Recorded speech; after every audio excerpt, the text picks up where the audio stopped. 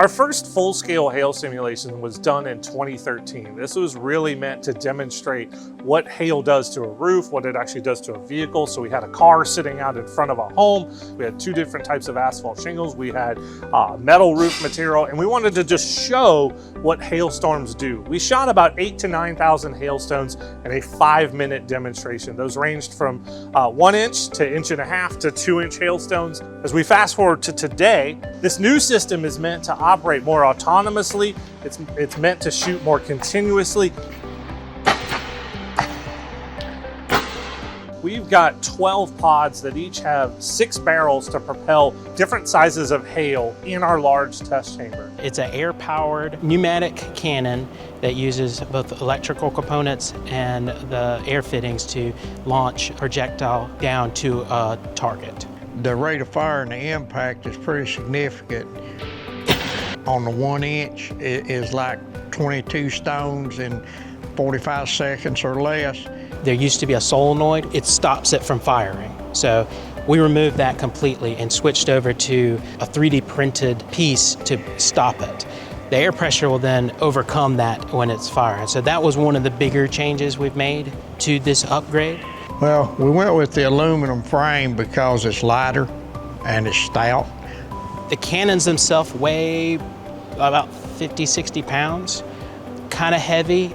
These pods are actually configured and they sit on a catwalk that's over 40 feet above our chamber floor. You can't reach anything from the catwalk, so someone's got to be on the genie boom and then just working around everything. There's not a lot of room, so sometimes working on some of those switches or the clamps, that's a little aggravating to get to. Each row, it had different problems that had to be solved in different ways. Nothing was the exact same. So one thing that would work on the first row did not work on the second or the third row. So there was a little bit of problem solving. Well, we just had to make sure that all the bolts in it were tight. We just had to make sure everything was, good quality work and it would withstand the impacts of these hail cannons when they start running them. You have wooden platforms for everything to bear on, but you have to mount it to the metal, but without drilling into the metal on the catwalk. So making those floating platforms and they're stable enough to hold weight, that was probably the biggest challenge. So we had 4 or 5 people up there at a time lifting this into it, and it was in awkward positions, working around our catwalk and our deluge systems. I never thought I'd see this day.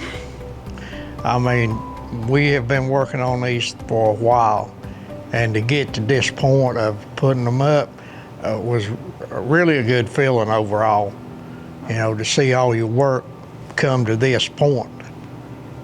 What we're trying to understand is how vulnerable that hail damage is over time. So we're going to impact these roof systems. We're going to have rain and wind on them. Then we're going to actually take them out to our roof aging farm and actually look to see how that hail damage ages with time. Then we can bring these roofs back into the chamber. We could look at rainfall and water entry potential on existing hail damage.